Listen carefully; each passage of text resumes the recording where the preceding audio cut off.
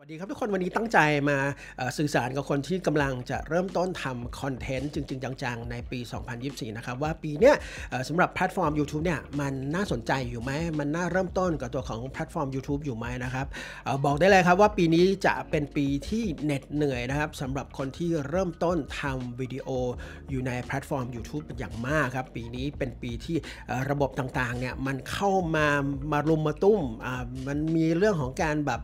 engagement ที่มันลดลงเรื่องของยอดลิชในตัวของ YouTube ยอดวิวที่มันลดลงต่างๆมากมายนะครับรวมถึงในวันนี้นะครับที่ผมจดหัวข้อมาแล้วเราจะมาคุยกันนะครับก็คือ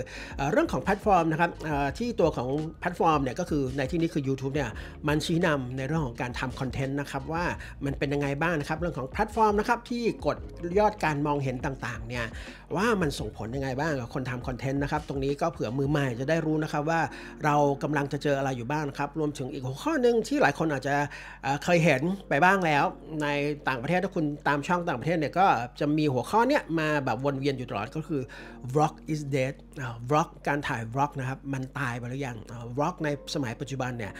เราเห็นคนทำน้อยลงตกลงว่าเนี่ยเรายังทำ vlog ได้อยู่ไหมวันนี้จะมาพูดคุยกันนะครับแล้วก็อีกหัวข้อนึงนะครับที่ผมจดไว้เนี่ยก็จะเป็นเรื่องของการทำคอนเทนต์แบบเฉพาะทางหรือแบบทางกว้างดีนะครับที่ผ่านมาถ้าใครที่คิดจะทำคอนเทนต์หรือทำคอนเทนต์อยู่แล้วเนี่ยเราอาจจะเคยเห็นนะครับในการแนะนำการทำวิดีโอต่างๆไม่ว่าจะแบบตั้งแต่ที่ผ่านมาเนี่ยในยุคอดีตเรื่องของการเขียนคอนเทนต์เรื่องของพอมาเป็นตัวของการทำวิดีโอคอนเทนต์ก็มักจะแนะนำกันว่าคุณทำเฉพาะทางสิถ้าคุณถนัดเรื่องไหนคุณทำเรื่องนี้สิแต่คือปัจจุบันเนี่ยผมมีความคิดที่ไม่เหมือนเดิมอีกต่อไปในเรื่องของการทำคอนเทนต์เฉพาะทางเนี่ยว่ามันไม่ได้ละมันอยู่คอนเทนต์เฉพาะทางเรื่องเดียวเนี่ยไม่ได้แล้ววันนี้ก็จะมาคุยกันว่าเราจะทำคอนเทนต์เฉพาะทางหรือเราจะทำทางกว้างดีนะครับรวมถึงเรื่อง AI ที่หลายคนกลัวนะครับว่า AI ในปัจจุบันเนี่ยมันจะมาแย่งงานเราไหม AI มันน่ากลัวจริงๆไหมหรือเราควรจะใช้ AI ยังไงดีในการเอามาทำคอนเทนต์ใน YouTube ครับซึ่งผมเป็นคนหนึ่งที่พูดได้ว่าผมลองใช้ AI มาตลอดปี 2023 เนี่ยในการช่วยทำคอนเทนต์อยู่บ้างครับวันนี้ก็จะมาคุยกันในหัวข้อนี้ด้วยนะครับโอเคครับเพื่อไม่ให้เป็นการเสียเวลามาเข้าเนื้อหากันเลยนะครับในการทำ YouTube ของปี 2024 เนี่ยอย่างที่บอกว่าปีนี้มันไม่ใช่ปีที่ดีครับในการที่จะเริ่มต้นทำ YouTube เลยครับผมใช้คำว่าไม่ใช่ปีที่ดีแบบเลยสำหรับคนที่จะเริ่มต้นทำแบบที่อยากลองแบบเล่นๆแล้วก็ไม่รู้ว่าจะไปทางไหนต่อไม่ได้มีการวางแผนนะครับตรงนั้นตัวของแพลตฟอร์มมันเปลี่ยนมาเรื่อยๆนะครับยิ่งช่วงพอมาหลังในปี 2022 เป็นต้นมาเนี่ยครับจะเห็นได้ชัดว่าตัวของวิธีการนำเสนอตัวของวิดีโอของคนทำคอนเทนต์เนี่ยขึ้นไปในฟีดของแต่ละคนในแอปเนี่ยมันถูกลดลงอย่างมากครับตรงเนี้ยส่งผลอย่างมากครับกับคนที่ทำคอนเทนต์อยู่แล้วนะครับตรงนั้นว่าแบบเฮ้ยจากเคยสมมุติว่าในวิดีโอแบบนี้เนี่ยเราเคยคิดว่าเฮ้ยมันไปถึงได้ประมาณแบบ100,000 วิวแต่ตอนนี้มันกลายว่า20,000 วิวบางทียังต้องมาลุ้นเลยว่ามันถึงหรือเปล่าสำหรับคนที่เป็นคอนเทนต์มือใหม่แล้วอยากจะทำผมไม่ได้ห้ามนะว่าเฮ้ยอย่าทำเลยตรงนั้นไม่ได้มากีดกันครับแต่คือถ้าจะทำให้ดูก่อนเลยว่าเราสามารถที่จะยืนระยะได้ไหมในคอนเทนต์ที่เราจะทำครับตรงนั้นวิธียืนระยะเนี่ยให้เราเขียนลงไปแล้วครับว่าสิ่งที่เราอยากทำในช่วงเนี่ยเราเนี่ยสมมติดูเสร็จปุ๊บคุณเขียนไปเลย20 EP ครับ20วิดีโอเราอยากทำอะไรบ้างเขียนไปเลยครับเขียนให้เป็นไกด์ไลน์ไปเลยว่าเราอยากทำอะไรแล้วเราก็ทำตามที่เราเขียนไว้เลยว่าเราอยากทำเรื่องนี้คุณเป็นมือใหม่คุณอาจจะรู้สึกว่าเฮ้ยมันคิดยากแต่คือถ้าคุณจะเคี่ยวเขียนตัวเองให้ขึ้นมาได้คุณต้องคิดครับตอนที่1คุณอาจจะคิดได้เฮ้ยตอนที่2ตอนที่3 5เนี่ย5ตอนแรกอาจจะสบายแต่คือพอตอนที่6มาเนี่ยถ้าคุณไม่วางแผนมาเลยว่าคุณจะทำเกี่ยวกับอะไรเนี่ยทีนี้มันจะเริ่มตันแล้วว่าอยู่ดีจะให้มาคิดพูดเรื่องนู้นเรื่องนี้ไม่ได้แล้วครับคุณวางแผนมาเลยครับ20ตอนแรกครับคุณจะพูดเรื่องอะไรในลักษณะที่คุณอยากจะพรีเซนต์อยากนำเสนอไม่ได้บอกว่าจะต้องแบบถ่ายออกมาแล้วต้องเป๊ะต้องเนียมครับแต่คือให้ลิสต์ออกมาก่อนว่าคอนเทนต์ที่คุณอยากทำเนี่ย20ตอนแรกเนี่ยเป็นอะไรถ้าคุณลิสต์ได้ถึง20ตอนแล้วพอทำจริงคุณทำได้ถึง20ตอนเนี่ยตอนนั้นค่อยเริ่มดูครับว่าทิศทางที่เรามาเนี่ยเฮ้ยเรายังโอเคอยู่ไหมยังสนุกอยู่ไหมยังโอเคยังไหวอยู่ไหม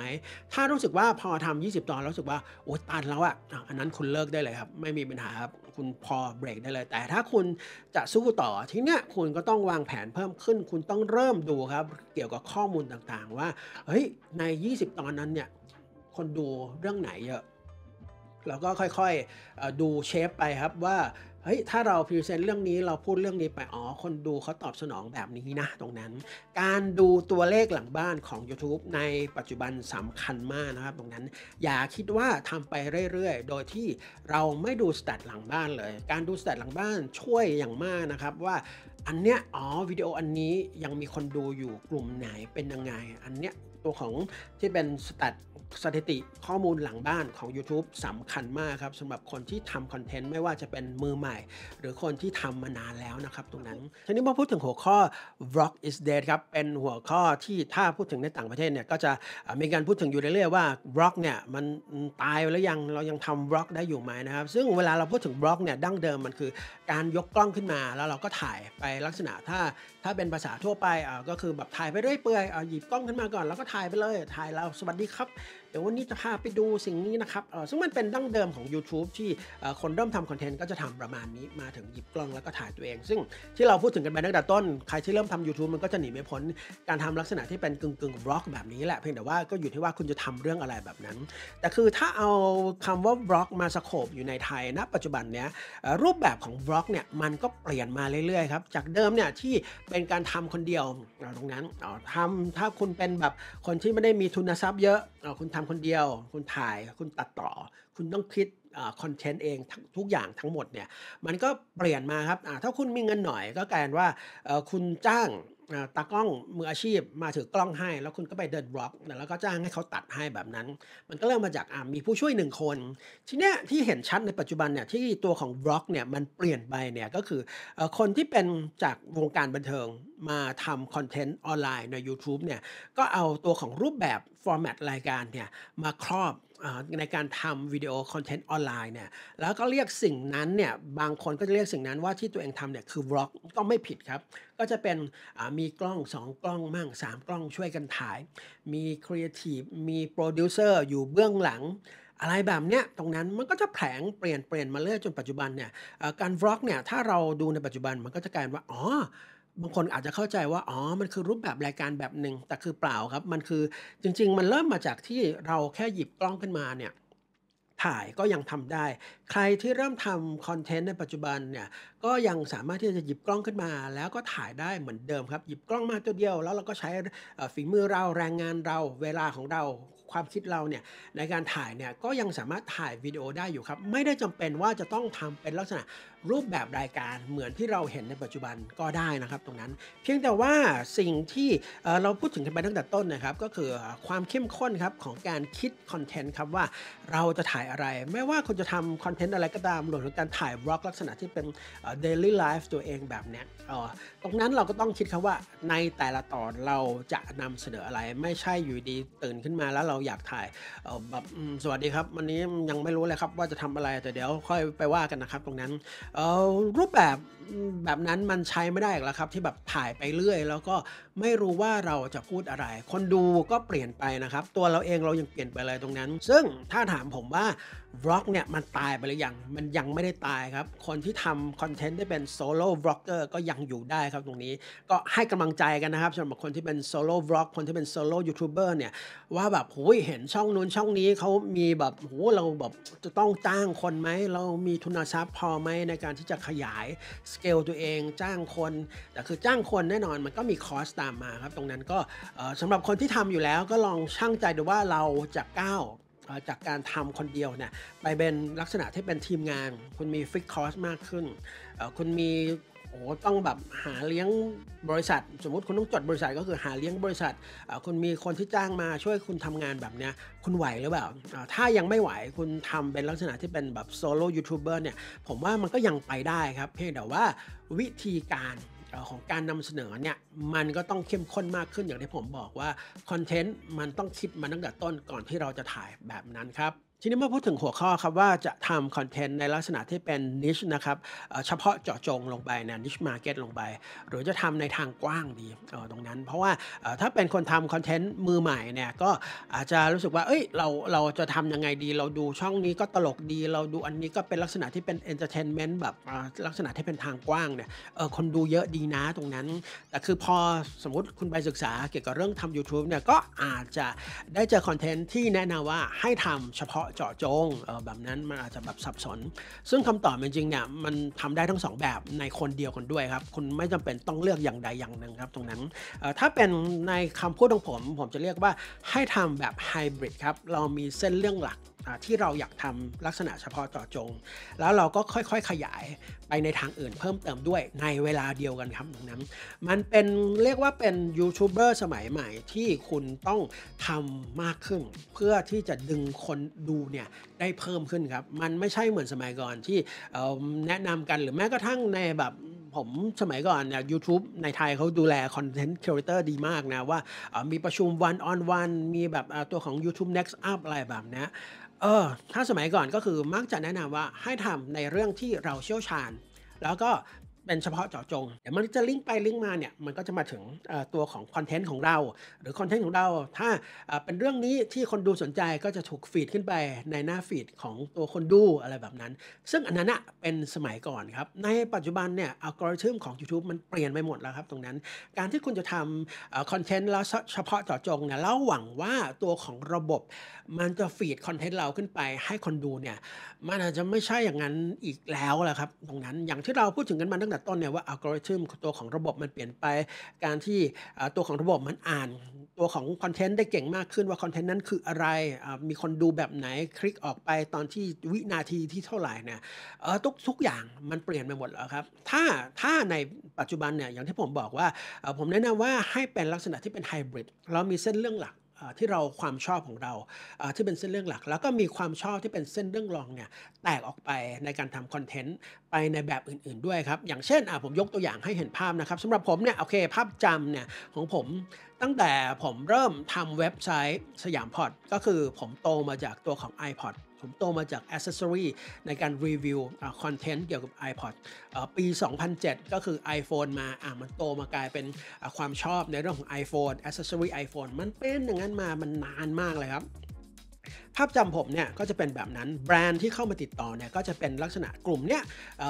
70-80%เป็นกลุ่มนี้อย่างเดียวจะไม่ได้แตกไปในทางอื่นสักเท่าไหร่ตรงนั้นก็พอมาถึงช่วงจังหวะเนี่ยสัก3ปีเนี่ยครับที่ผมเริ่มพูดถึงเรื่องของการถ่ายวิดีโอมากขึ้นการถ่ายวิดีโอเนี่ยมันเกี่ยวข้องกับเรื่องของการทำคอนเทนต์ที่ผมทำอยู่แล้วเนี่ยตรงนั้นเราเข้าใจมันมากขึ้นเราอธิบายเป็นภาษาง่ายๆได้มากขึ้นเราก็จะมีการว่ามีเส้นเรื่องรองที่เป็นความชอบของเราอีกเส้นเรื่องหนึ่งว่าโอเคเราชอบตัวของ iPhone เราชอบ Apple นะแต่คือเส้นเรื่องรองเนี่ยให้คนดูรู้ได้ว่าโอเคเราสามารถที่จะสื่อสารในเรื่องกล้องได้แต่คือเรื่องกล้องเรื่องของการถ่ายตรงเนี้ยมันคือวิดีโอเป็นหลักนะผมจะไม่ได้พูดถึงเรื่องของการถ่ายรูปนิ่งเลยลองสังเกตดูผมพูดถึงได้แค่เรื่องของการถ่ายวิดีโอแค่นั้นผมพูดว่าเป็นเลนส์นะครับที่เป็นสำหรับคนทำคอนเทนต์เลนส์สำหรับบล็อกเกอร์ยูทูบเบอร์ถ้าสังเกตดูผมจะพูดเนี่ยในสโคปที่ผมเข้าใจแล้วก็อินกับมันในเรื่องนี้ตรงนั้นแล้วก็เรื่องถัดมาที่เป็นอีกเส้นเรื่องหนึ่งที่ผมคิดว่าคลิกกับคนดูได้เนี่ยก็คือมันอยู่ในกลุ่มเทคโนโลยีนี่แหละแต่เพียงแต่ว่ามันแตกออกมาเป็นเรื่องของการพูดถึงเรื่องของ Tesla พูดถึงเรื่องรถ EV นะครับตรงนั้นซึ่งถ้าดูจาก3เรื่องนะครับที่ผมปฏิติดประต่อตัวเองเนี่ยตอนนี้ก็คือเส้นเรื่องหลักเนี่ยมันคือ iPhone มันก็คือเทคโนโลยีกล้องเกี่ยวกับเรื่องของการถ่ายวิดีโอณปัจจุบันเนี่ยเอาจริงมันก็คือเรื่องของเทคโนโลยีนะครับแล้วก็เรื่องของ Tesla เรื่องของรถ EV เนี่ยมันก็คือเรื่องเทคโนโลยีเพราะฉะนั้นเนี่ยมันอยู่ในเส้นเรื่องหลักที่เรียกว่าตัวของความชอบเทคโนโลยีครับแล้วเราก็ค่อยแตกไปตรงนั้นอันเนี้ยก็อยากให้คนที่เป็นคอนเทนต์มือใหม่นะครับอาจจะทำคอนเทนต์มือใหม่เนี่ยลองคิดดูว่าเส้นเรื่องหลักของเราเนี่ยคืออะไรแล้วเราจะแตกออกไปเป็นเส้นเรื่องรองเนี่ยที่ใกล้เคียงกันเนี่ยคล้ายๆกันเนี่ยมีเรื่องอะไรบ้างครับอย่าไปคิดว่าโอ้จะต้องแบบทำเจาะจงแบบนิชมากๆในเรื่องนี้เรื่องเดียวจนไม่สนใจเรื่องอื่นเพราะว่าอย่างที่บอกครับว่าโลกมันเปลี่ยนไปแพลตฟอร์มมันเปลี่ยนไประบบในตัวของ YouTube มันก็เปลี่ยนไปหมดแล้วครับทีนี้มาถึงเรื่องของการใช้ AI กับคนที่เป็น Content Creator นะครับอันนี้ผมสโคปไปถึงคนที่เป็นลักษณะ Solo Vlog นะครับ Solo YouTuber นะครับว่าเอา AI เข้ามา ช่วยงานครับจะช่วยทำให้งานของเรามีประสิทธิภาพมากขึ้นครับคนที่เป็นคอนเทนต์ครีเอเตอร์ในลักษณะที่เป็นโซโล่เดี่ยวนะครับหรือแบบคุณมีทีมงานอาจจะเป็นคนช่วยถ่ายคนหนึ่งเนี่ยตรงเนี้ยบางทีเราก็จะขาดครับคนที่ช่วยคิดคอนเทนต์นะครับในลักษณะที่เป็นตำแหน่งของครีเอทีฟใช่ไหมครับคนที่คอยแบบมาช่วยเรื่องการผลิตนะครับดูไกด์ไลน์ต่างๆเนี่ยก็คือโปรดิวเซอร์เนี่ยแน่นอนถ้าเราจะจ้างคนเนี่ยก็ใช้เงินอีกหลายหมื่นนะครับตรงนี้คนที่เพิ่งเริ่มต้นทำหรือคนที่เป็นลักษณะโซโล่เดี่ยวแล้วไม่ได้มีทุนทรัพย์ที่พอที่จะจ้างบุคลากรเหล่านี้เนี่ยสามารถที่จะลองใช้เอไอเข้ามาช่วยได้ครับส่วนตัวผมเนี่ยผมลองใช้เอไอมาตั้งแต่ช่วยคิดคอนเทนต์เนี่ยมาตั้งแต่ปี2023ก็คือปีที่แล้วนะครับก็ลองมาเรื่อยๆลองมาตั้งแต่ต้นปีลองว่ามันคิดคอนเทนต์ยังไงมันช่วยอะไรเราได้บ้างนะครับซึ่งแรกๆเนี่ยก็จะรู้สึกว่ามันช่วยได้นิดหน่อยว่าแบบไม่ค่อยเท่าไหร่แต่คือพอมาใช้มาเรื่อยๆระยะหนึ่งครับเราเรียนรู้ตัวของระบบเนี่ยในที่นี้คือตัวของ ChatGPT เนี่ยว่าอ๋อมันทำอะไรได้บ้างมันช่วยงานอะไรเราได้บ้างเนี่ยทีเนี้ยเราก็ค่อยๆใส่คำสั่งเข้าไปครับน้องเนวว่าการทำคอนเทนต์แบบนี้สมมุติว่าผมจะรีวิวหูฟังตรงนั้นผมใส่ไปเลยโอเคเราจะรีวิวหูฟังแบบนี้นะเป็นหูฟัง In-ear นะแล้วก็เราอยากทำอะไรบ้างตืดๆเนี่ยใส่เข้าไปครับในสิ่งที่เราอยากได้แล้วก็ลองดูว่ามันประมวลผลออกมาเนี่ยเป็นคำตอบให้เราเนี่ยประมาณไหนแล้วเราก็ค่อยมาแอพพลายก็ได้ครับว่าเราจะเชื่อมันเนี่ยกี่เปอร์เซ็นต์30% 50% 80%อะไรแบบเนี้ยเราก็ค่อยๆดึงมาครับคุณจะโต้ตอบกับมันก็ได้ว่าโอเคหัวข้อนี้ไม่เอาเราอยากทำแบบนี้เนี่ยให้มันคิดเสริมขึ้นมาก็สามารถทำได้ครับตรงนั้นมันช่วยคนที่เป็นคอนเทนต์ครีเอเตอร์จริงๆครับที่ช่วยทำให้งานของเราเนี่ยมันเปลี่ยนไปมากอย่างที่ผมบอกตั้งแต่ต้นเนี่ยว่าทำงานอย่างเป็นระบบเนี่ยเอาตัวของที่เป็นเอไออย่างกรณีเนี้ยก็คือ ChatGPT เนี่ยมาช่วยทำให้มันเป็นระบบมากขึ้นคุณอาจจะแทนที่เมื่อกี้เนี่ยที่เราพูดกันถึงเนี่ยว่าคิด20 EP เนี่ยว่าโอ้โฮคิดหัวแตกเลยคิดไม่ออกคุณเอาเอไอเนี่ย ChatGPT หรือจะเป็นของกูเกิลเป็นของ Microsoft ก็ได้ครับที่มันฟรีเนี่ยเอามาแล้วก็คีย์คำสั่งเข้าไปว่าฉันจะเริ่มทำวิดีโอคอนเทนต์แบบนี้โอเคฉันถนัดแบบนี้ฉันจะทำหัวข้ออะไรได้บ้างให้มันลองลิสต์ออกมาครับ10หัวข้อ20หัวข้อแล้วเราก็ค่อยๆมาดูว่าหัวข้อไหนที่เราทำได้แบบเนี้ยครับในปีที่ผ่านมานะครับนอกจากเรื่องผมใช้ตัวของ ChatGPT เนี่ยในการคิดเป็นเหมือนไกด์ไลน์ของตัวการทำยูทูบแล้วเนี่ยบางโพสต์ในเฟซบุ๊กก็มีการใช้ ChatGPT ในการให้มันคิดเกือบทั้งหมดเลยครับในการที่เอาไปโพสต์เฟซบุ๊กอันนั้นครับถ้าเราเป็นคนที่ทำคอนเทนต์ที่เป็นลักษณะคนเดียวแบบเนี้ยแล้วคุณไม่มีผู้ช่วยเนี่ยถึงจุดหนึ่งครับผมกล้าพูดได้เลยครับทุกคนก็จะเจอทางครับที่มันตึ๊บมากครับว่าเราคิดคอนเทนต์ไม่ออกทีเนี้ยพอคิดคอนเทนต์ไม่ออกแต่เราต้องทำเป็นอาชีพเนี่ยมันจะย้อนแย้งมากว่าเราไม่อยากทำแต่เราต้องลุกขึ้นฝืนมาทำเพราะว่ามันคืออาชีพเราการมีอย่างน้อยเนี่ยมีผู้ช่วยเป็นตัวของระบบคอมพิวเตอร์เข้ามาแบบลักษณะที่เป็นเอไอเนี่ยก็ยังดีนะครับให้มันมาช่วยไกด์ไลน์แล้วเราก็ใส่ไอเดียเสริมเข้าไปของเราว่าอ๋อถ้ามันคิดออกมาแบบนี้แบบ A เราจะเสริมเข้าไปเป็น A.1 A.2 เข้าไปผมแนะนำว่าสำหรับคนที่เป็น Content Creator ทั้งมือใหม่และคนที่เป็นระดับกลางๆที่ไม่ได้มีทีมช่วยเนี่ยเอาเอไอเข้ามาช่วยครับตรงเนี้ยมันช่วยเราได้มากจริงๆครับโอเคทีนี้มาสรุปนะครับว่าตกลงแล้วเนี่ยปี2024เนี่ยเป็นปีที่ดีไหมในการที่จะเริ่มต้นทำวิดีโอคอนเทนต์ในแพลตฟอร์มยูทูบครับก็ยังยืนยันเหมือนเดิมนะครับว่าตั้งแต่ปีนี้ไปไม่ใช่ปีที่ทำสเปะสปะอีกต่อไปถ้าจะเริ่มต้นทำนะครับตรงนี้ก็ให้ทำอย่างเป็นระบบครับอย่าแบบทำแบบสเปะสปะทำแบบเดี๋ยวทำเดี๋ยวไม่ทำอะไรแบบเนี้ยอันนั้นอ่ะมันถ้าเป็นสมัยก่อนอาจจะเป็นไปได้ที่วันหนึ่งพอคุณทำไปเรื่อยๆมันอาจจะโตขึ้นมาได้แต่คือตอนเนี้ยทุกอย่างมันเปลี่ยนไปหมดครับตัวของระบบมันไม่ได้เอื้อกับคนที่ทำอย่างไม่เป็นระบบอีกต่อไปแล้วครับตรงนั้นถ้าจะเริ่มทำแล้วอยากให้มันเติบโตให้ทำอย่างเป็นระบบครับเอา AI เข้ามาช่วยสำหรับที่เป็นคนที่ทำคนเดียวหรือเป็นช่องขนาดเล็กที่ไม่ได้มีพนักงานไม่ได้มีผู้ช่วยเนี่ยอันเนี้ยเอา AI เข้ามาช่วยครับแล้วก็ถ้าเรื่องอื่นๆนะครับตรงนี้ถ้าชี้ช่องทางว่าสำหรับคนที่เป็นมือใหม่รวมถึงคนที่ทำมาอยู่แล้วด้วยเนี่ยก็คือให้ลองคิดถึงตลาดต่างประเทศดูครับตรงนี้ว่ามันมีช่องทางอะไรให้เราไปเติบโตในช่องที่แบบเป็นคนดูในต่างประเทศได้ไหมตรงนั้นถ้าคนที่พูดภาษาต่างประเทศได้เนี่ยภาษาอังกฤษภาษาจีนภาษาญี่ปุ่นภาษาเกาหลีอะไรแบบนี้จะลองทำเป็นคอนเทนต์ในลักษณะที่เป็นคอนเทนต์แบบ โดยตรงกับคนที่เป็นชาตินั้นๆเนี่ยหรือในภาษานั้นๆก็สามารถทำได้ส่วนใครนะครับที่ไม่ได้เชี่ยวชาญการที่จะพูดภาษาอังกฤษนะครับตรงนี้เราก็สามารถที่จะทำ Subtitle เป็นภาษาต่างประเทศได้ตัวของวิดีโอที่อยู่ในช่วงเนี้ยของผมเนี่ย